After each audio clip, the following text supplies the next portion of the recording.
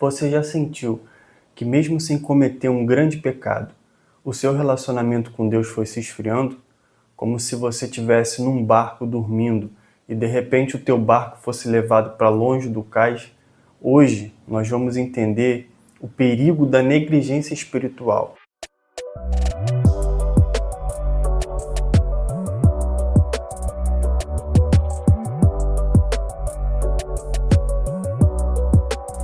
Nós vamos ter como base o livro de Hebreus, capítulo de número 2, versos de número 1 até o número 4, que diz assim: por isso é preciso que prestemos maior atenção no que temos ouvido, para que jamais nos desviemos, pois uma vez que a mensagem transmitida por meio de anjos era válida e toda transgressão e desobediência recebeu a devida punição, como escaparemos nós se negligenciarmos tão grande salvação?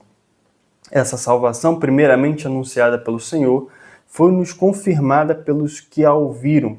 Deus também deu testemunho dela por meio de sinais, maravilhas, diversos milagres e dons do Espírito Santo distribuídos de acordo com a sua vontade.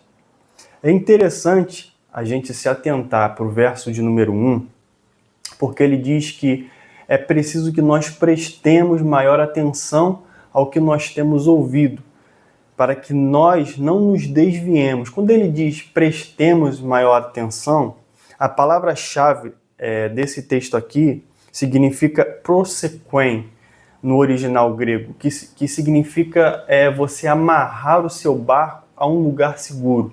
Na segunda parte do versículo, quando ele diz para que nós não nos desviemos, a palavra-chave desse texto aqui é pararem, que no original grego significa você deixar o barco à deriva do vento. Ou seja, você não amarrar o teu barco a um lugar seguro e por conta dessa negligência, o teu barco ele foi levado pelo vento e quando você se deparou, você está no meio de um oceano tempestuoso. Então, o que o autor da carta aos Hebreus está querendo dizer com isso? Que nós devemos ancorar o nosso barco, nós devemos ancorar a nossa vida na palavra do Senhor. Jesus ele conta uma parábola da construção das duas casas. Ele diz que o homem sensato ele constrói a sua casa sobre a rocha e o homem imprudente ele constrói a sua casa sobre a areia. O que construiu a sua casa sobre a rocha, quando veio os ventos, veio as tempestades, a casa ela permaneceu de pé, mas o homem imprudente que construiu a sua casa sobre a areia, quando veio as chuvas, veio as enchentes, os ventos, aquela casa ela foi derrubada. Então, o propósito principal do texto aqui é você viver de acordo com a palavra, você verdadeiramente construir a sua vida sobre esse alicerce sólido que é a palavra do Senhor. Porque quando você faz isso, a sua vida ela não é enganada por nenhum tipo de doutrina falsa. Quando você faz isso, você não é enganado pelas falácias de Satanás. Quando você faz isso, a sua vida ela não é influenciada pelas coisas do mundo, mas você se torna influência. Por quê? Porque a sua casa ela vai permanecer firme. O teu barco ele não vai ficar à deriva do vento. O teu barco, quando o vento soprar, ele vai permanecer ali, parado. As ondas elas não vão levar o teu barco para longe do lugar seguro. E na segunda parte desse verso de número 1, que nós lemos, por conta da negligência dos marinheiros, por conta da negligência daquelas pessoas que tomavam conta do barco, o barco ele foi levado pelas ondas. O barco ele foi levado pelo vento, ele ficou à deriva. Os marinheiros estavam dormindo dentro do barco, enquanto o barco era levado. E eu imagino que eles acordam no meio do oceano e ficam sem saber o que fazer por conta da negligência. E muitas das vezes acontece isso na nossa vida. Por conta de negligência, por conta da nossa negligência em ouvir a voz do Senhor, por conta da nossa negligência em praticar a vontade do Senhor, ou até mesmo por não conhecer a palavra do Senhor, que Ele disponibilizou para nós, a gente toma atitudes na nossa vida que vão levar o nosso barco para longe do lugar seguro, para longe do lugar de propósito, onde Deus ele estabeleceu para o nosso barco estar ancorado. Então, o propósito aqui dessa palavra é você amarrar o teu barco no lugar seguro, é você conhecer a vontade do Senhor. Porque quando você conhece a vontade do Senhor, quando você se relaciona com Ele, você consegue identificar que o vento, o que essa onda, ela não provém do Senhor. Então, o teu barco ele não fica à deriva. Quanto mais tempo você passa com o Senhor, mais influenciado pela palavra você fica, mais cheio da palavra você fica. E você se torna conhecedor da vontade do Senhor. E quando você passa muito tempo com uma pessoa, você conhece as vontades daquela pessoa, você conhece o jeito daquela pessoa. Então, quando acontecem determinadas situações, você já vai conseguir discernir que essa situação aqui, essa pessoa, ela não gostaria que eu agisse dessa forma.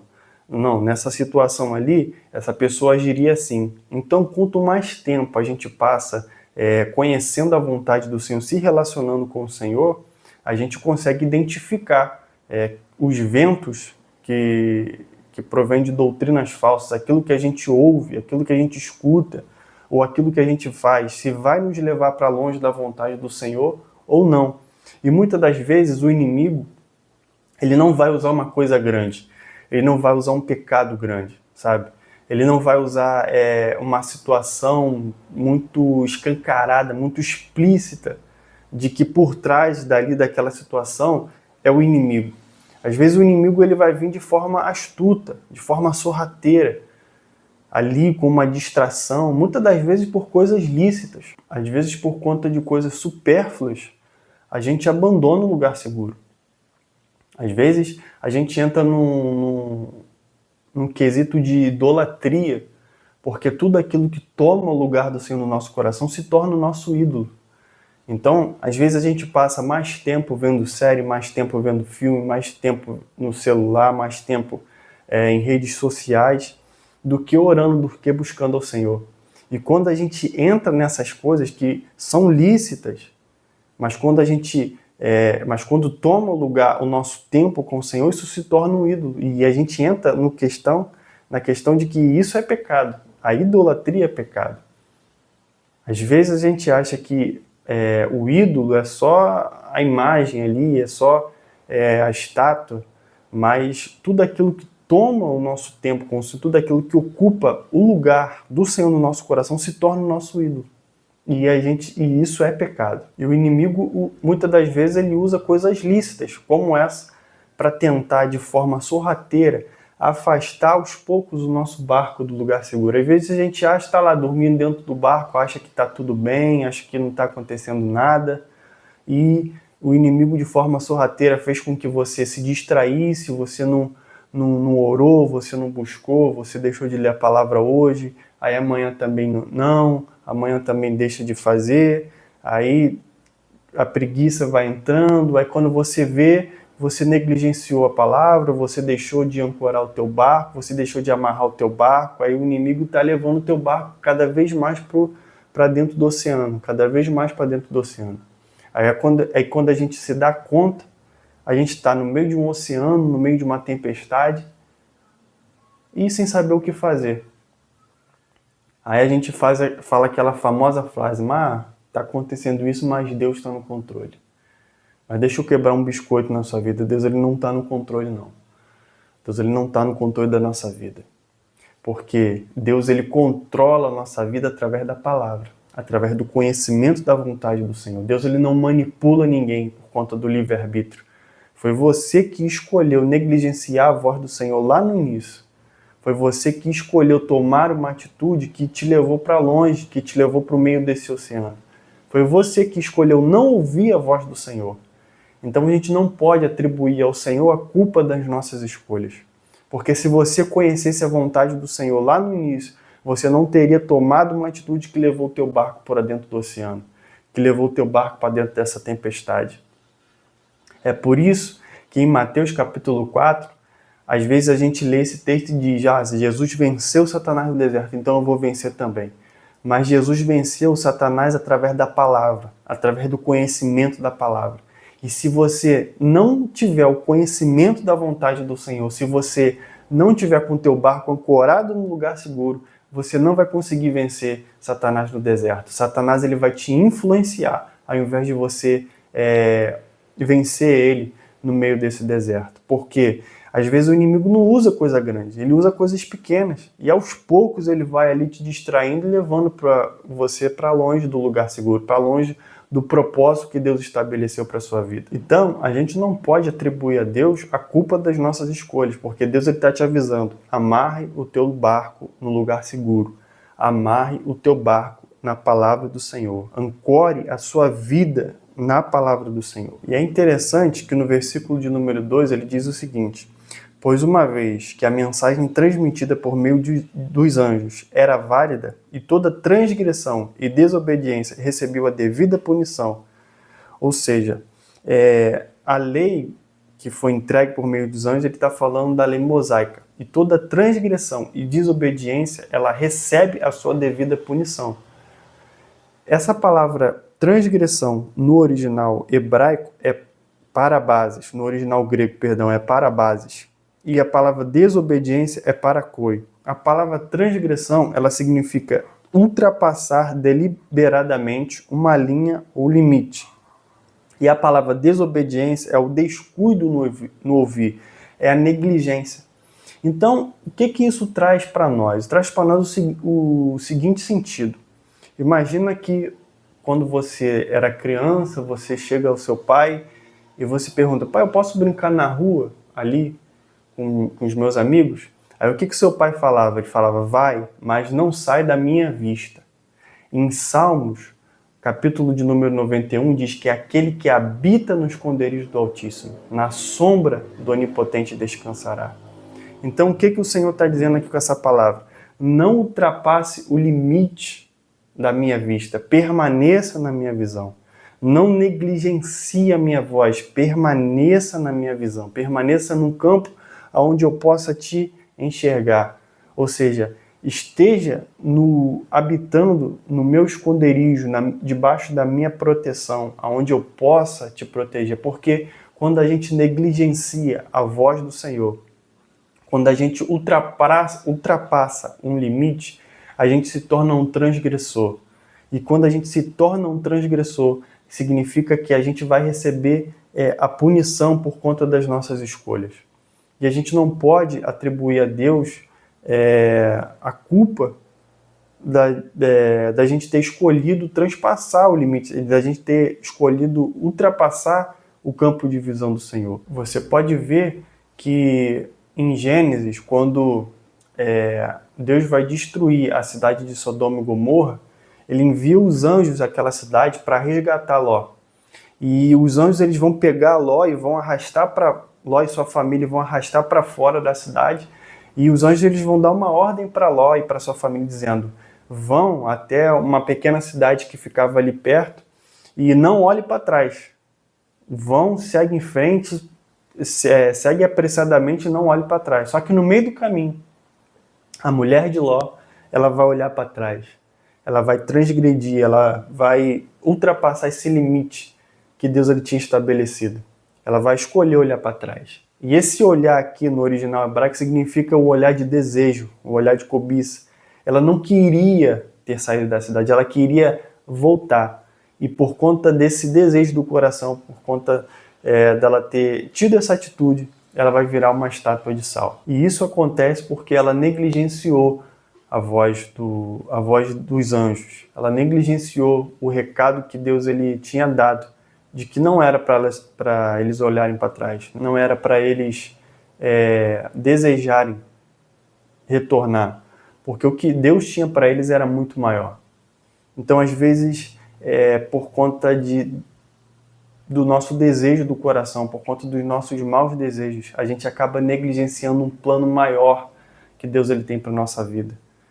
Às vezes, por conta das nossas escolhas erradas, pela nossa falta de conhecimento da vontade do Senhor, a gente negligencia uma coisa muito grande, uma obra muito grande que Deus tem na nossa vida. E é interessante que em Gálatas, capítulo de número 3, verso de número 19, diz o seguinte: qual era então o propósito da lei? ela foi acrescentada por causa das nossas transgressões, até que viesse o descendente a quem se referia a promessa, e foi ordenada por meio de anjos pela mão de um mediador. Ele diz aqui que a lei ela foi acrescentada por conta das nossas transgressões.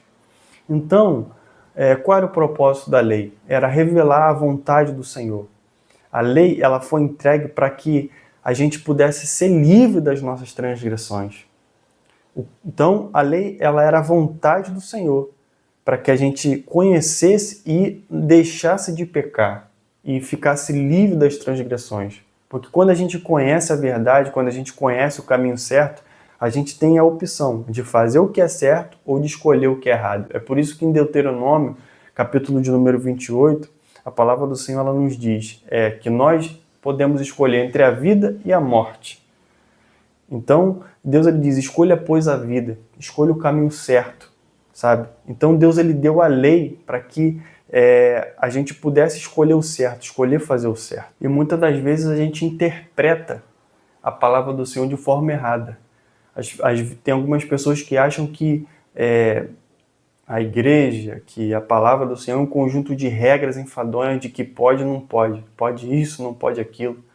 Quando na verdade o conhecimento da vontade do Senhor, ela nos liberta das nossas transgressões. A gente vê na mulher de Ló, como eu falei aqui, ela escolheu olhar para trás, ela escolheu retornar, sabe? De alguma forma no coração dela, ela escolheu desejar voltar atrás. E por conta disso, por conta da desobediência, a voz do Senhor ela se tornou uma estátua de sal. Então Deus deu uma ordem, falou, não olhe para trás. Ela escolheu transgredir. Deus ele deixou claro que se ela olhasse para trás, ela ia sofrer uma consequência. Mas ela escolheu o caminho de morte, ela não escolheu a vida. Então, a lei do Senhor, ela não é um conjunto de regras enfadonhas. A igreja não é um conjunto de regras enfadonhas, mas é o conhecimento da vontade do Senhor para nos livrar das nossas transgressões, para nos livrar do castigo das nossas transgressões. Podemos nos perguntar, onde é que está a nossa âncora hoje? Será que o nosso barco ele está verdadeiramente ancorado na palavra? Ou será que nós temos sido influenciados pelas coisas do mundo? Será que a gente tem dado a devida atenção? Será que a gente tem consolidado a palavra do Senhor no nosso coração? Ou a gente tem deixado escapar e por conta disso o inimigo, através de distrações, ele está levando o nosso barco para longe do cumprimento da vontade do Senhor? Será que você está mais fervoroso com Deus do que ontem? Ou você está esfriando? Ou você está mais frio? Será que você está escolhendo a vida ao invés da morte? Ou será que você está indo pelo caminho de morte sem perceber? Cuidado, faça uma autoanálise na sua vida. Porque o inimigo, muitas das vezes, ele não usa coisas grandes. Ele usa as coisas pequenas e até mesmo coisas lícitas. Só que essas coisas lícitas, para algumas pessoas, ela se torna pecado, porque isso vira um ídolo no seu coração. E isso rouba a espiritualidade.